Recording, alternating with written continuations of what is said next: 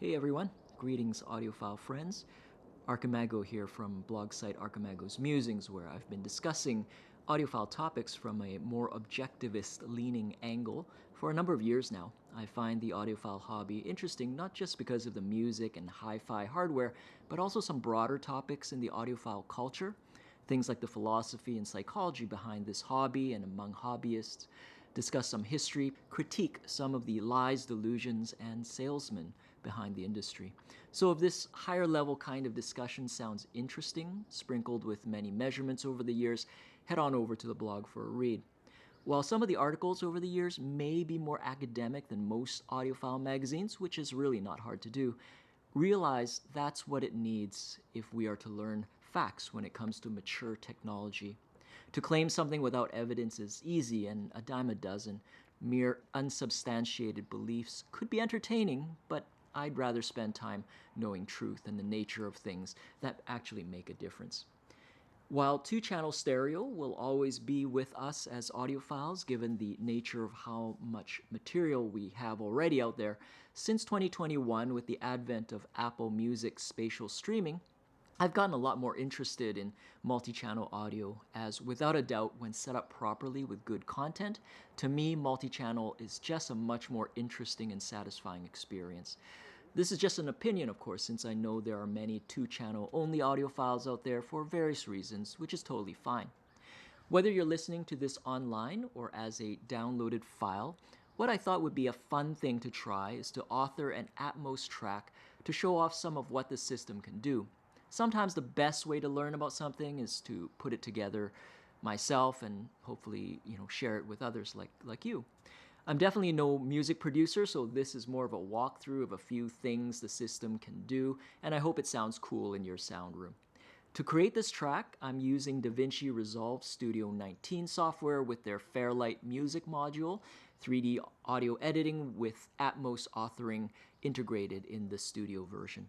These days, there are many software packages to author Atmos, and over time, as more artists and mixing engineers become familiar with the software, I'm guessing that artists could just create a single multi-channel 3D mix, which can then be exported in whichever format they want, including plain two-channel stereo fold-downs. Depending on how you're listening right now, you could be experiencing the multi-channel mix or various fold-downs. Obviously, the spatial effect will vary depending on the mix, and variables like the binauralization algorithm will affect the quality of the spatial effect. The gold standard would be a properly laid out and calibrated Atmos speaker system in a good room. Something like a 5.1 surround system with 4 height channels, so that's 5.1.4 would be great. For those unaware, the Atmos paradigm consists of what are called bed channels and objects. In the background right now, you're hearing the bed channels. One morning, I went out to Queen Elizabeth Park here in Vancouver and captured a 5.1 recording with a video recorder. You'll hear birds in the distance, people walking around and chatting. These sounds are discrete 5.1, and you'll hear them coming out of those 5 bed channels: front left, front center, front right, and your rear stereo speakers, with maybe the odd low frequency directed to your subwoofer. My voice, however, has been defined on this track as an object currently placed in the center front.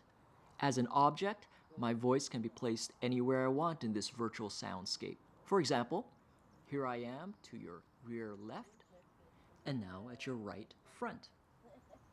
Pretty cool, eh? Assuming you're sitting in the sweet spot, let's try a positional test as I gradually move to your right side. 1, 2, 3, 4, 5. At this point, I'm located to your right midway in the room. Whether this is immediately to your right will depend on where you're sitting. Let's keep moving. 1, 2, 3, 4, 5. And now I'm located at the center rear. Keep walking now. 1, 2, 3, 4, 5. And I'm at your left side.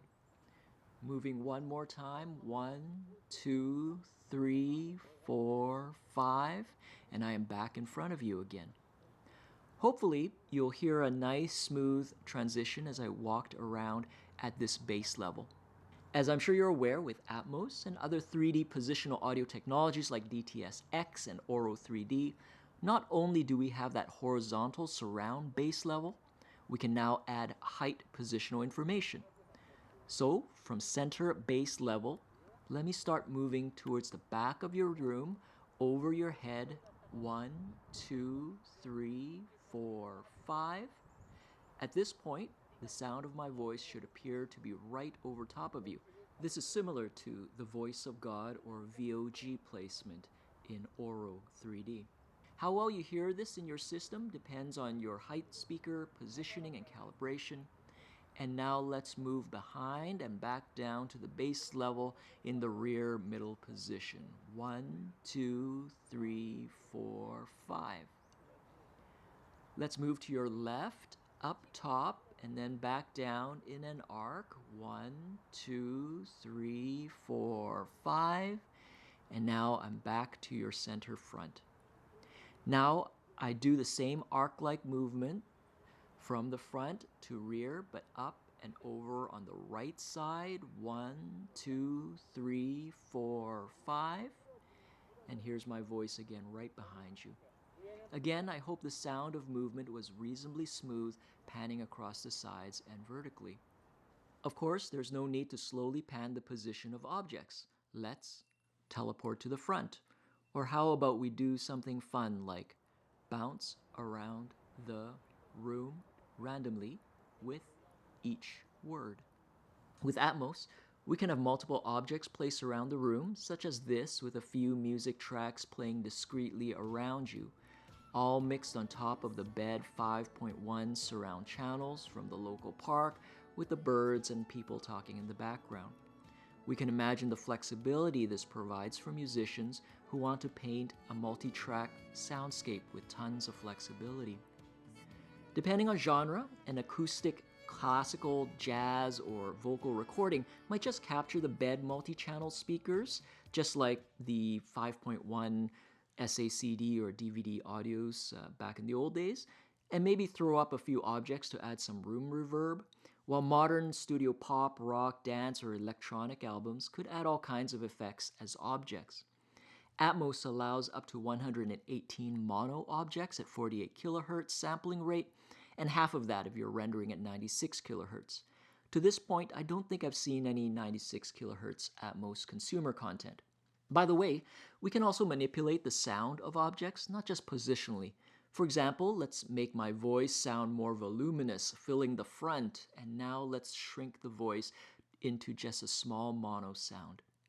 There are other effects like changing EQ and adding compression I won't be playing around with here. That's part of the audio editing capability of your software. For stereo objects, we can play with the sound. Let's load up a piece of music like this and rotate it around the center axis.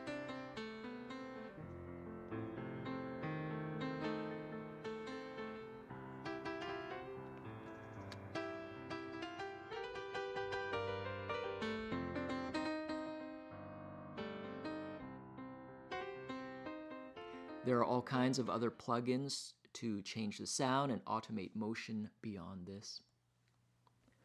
To end, let's put together a few sound samples to work out your system and see if the visualizer display correlates with what you're hearing.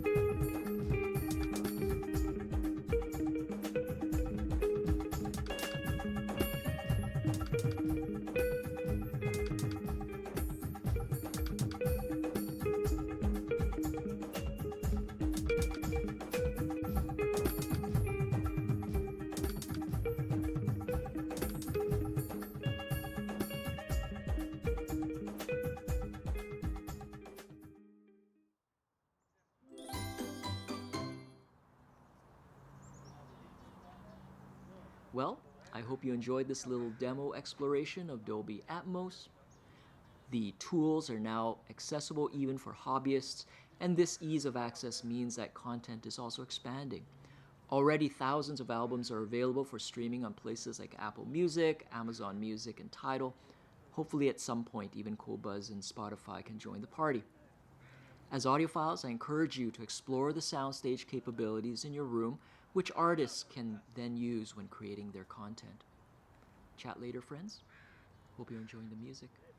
Archimago out.